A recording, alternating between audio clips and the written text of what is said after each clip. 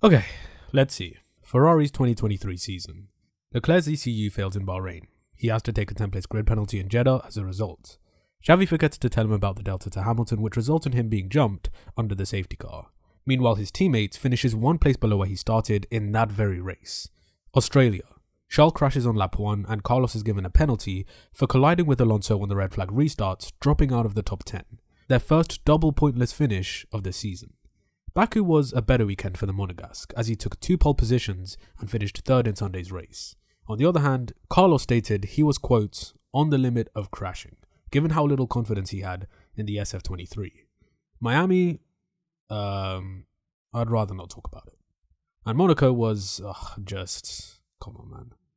Wow, okay, some upgrades in Spain. This should get better. Leclerc, last year's pole sitter, is out here in Spain in Q1. I don't understand what we are doing wrong, but we are doing something wrong, and the tires are. I went from a first hard to a second hard in the last stint, did exactly the same thing, and the car is behaving in a completely different way. If you're a Ferrari fan, I sincerely hope you're invoicing John Elkann for your much needed therapy sessions, because this is unbearable. As if 2022 wasn't bad enough, the Scuderia have only gone and completely eclipsed their already poor reputation with something diabolical. Not only have they made no progress with their strategic decisions, but they haven't even addressed the fundamental weaknesses of last year's car. Before the summer break, Ferrari scored 8 pole positions out of 13 qualifying sessions. Carlos Sainz took the first of his career in Silverstone, while Leclerc dominated Saturdays, securing the other 7. Meanwhile, Red Bull only scored 4 poles between them, and George Russell brilliantly clutched his first at the Hungaroring. Post-summer break, however, Verstappen dominated the rest of the field, bagging 5 pole positions, ignoring any penalties that may have been incurred, which realistically should have been 6 had he not been unlucky in Singapore. In contrast, Ferrari would only grab 3 out of the last 9, with Kevin Magnussen also taking a maiden pole in Brazil.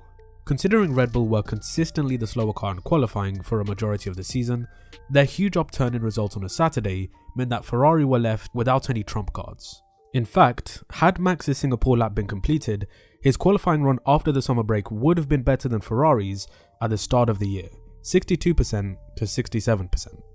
Interestingly, this fall off for the Scuderia happened the moment the FIA introduced TD39. I've seen this brought up a lot by Ferrari fans whenever it comes to evaluating how they've fallen so far behind, so I'm going to address it now. Let's flash back to the 2022 Belgian Grand Prix, where the directive first came into effect. This technical directive was enforced to monitor the degree of severity of porpoising the drivers experienced over the course of a lap. By measuring the vertical acceleration of the cars, the FIA were able to effectively limit the amount of bouncing for each team respectively. Implementing a minimum ride height mid-season likely would have been controversial, given that the teams that didn't suffer from porpoising at all would have experienced a performance deficit. But this way of monitoring the car's vertical oscillations and calculating a minimum ride height for each team individually was the fairest way of governing the phenomenon and protecting the driver's safety. Part of TD39 was also a clarification made to limit the amount of flexibility induced by the floor plank. This allowed some teams to run the car as low to the ground as possible without wearing down the plank too much. Solutions to mitigate porpoising, such as increasing ride height or adding cuts to the floor, were available, but not beneficial to improving performance. This is why voices within the Red Bull and Ferrari camp were adamant about not implementing a directive, as it would mean greater risk of their advantage being curtailed.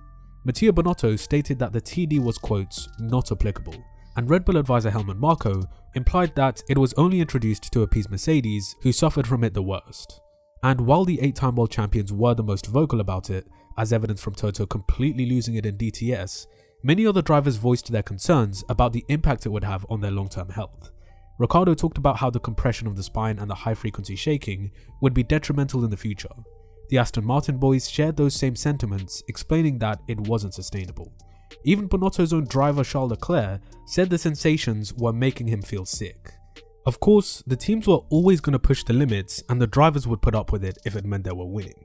But the FIA's job first and foremost is to protect and preserve the safety of the drivers. Therefore, it was necessary. However, when we got to Spa, it was clear that the gap between the Red Bull and Ferrari had grown pretty significantly, suggesting that the Scuderia failed to adapt well to this new directive. On average, before the summer break, Ferrari held a 0.19 second advantage over Red Bull in qualifying. However, after the technical directive, this turned into a 0.18 second deficit. So there's definitely a correlation between TD39 and their loss of performance. I'm curious to know what you guys think though. Do you believe TD39 is the reason for Ferrari's downfall, or is it something else? Be sure to leave a comment explaining your thoughts. You could also conclude that they simply failed to adapt well enough, but since they were one of the teams that relied heavily upon running the car as low as possible, regardless of how intense the porpoising was, it definitely hurt them a lot more than Red Bull. They barely had any bouncing from the onset, which meant they could focus their efforts on finding more lap time than spending their energy trying to diagnose the issue. Also, apart from a few reliability niggles during the first 3 races, the only significant limiting factor that plagued the RB18 was its weight. Once they managed to cut it down to the limit, they were unstoppable. Despite being slower over a single lap, they still managed to win 9 out of 13 races before the summer break, and then extend that percentage in the second half of the season with the only non-Red Bull win coming in Sao Paulo.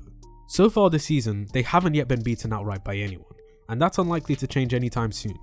Coming into 2023, there was a lot of hope and promise that Ferrari would be strong out the gate as they were last year. But they haven't yet had a weekend where both cars have been problem-free, and more often than not, it's been both drivers experiencing poor race results than it is good for one and bad for the other. One of the factors at play in this respect is how narrow the operating window is for the SF23. Last year's car was relatively straightforward to get into a sweet spot, but this season it's extremely peaky. On the rare occasion they manage to get the car into a good operating window, they're quick. But that's the problem. It's not clear as to why the setup characteristics of the SF23 are so mystifying. They have been working on making their car quotes more benign, introducing a floor upgrade in Miami, but that didn't necessarily provide the desired benefits. Sainz used the phrase zero flexibility when describing how difficult it was to manage their pace on the hard tyre without making them fall off a cliff.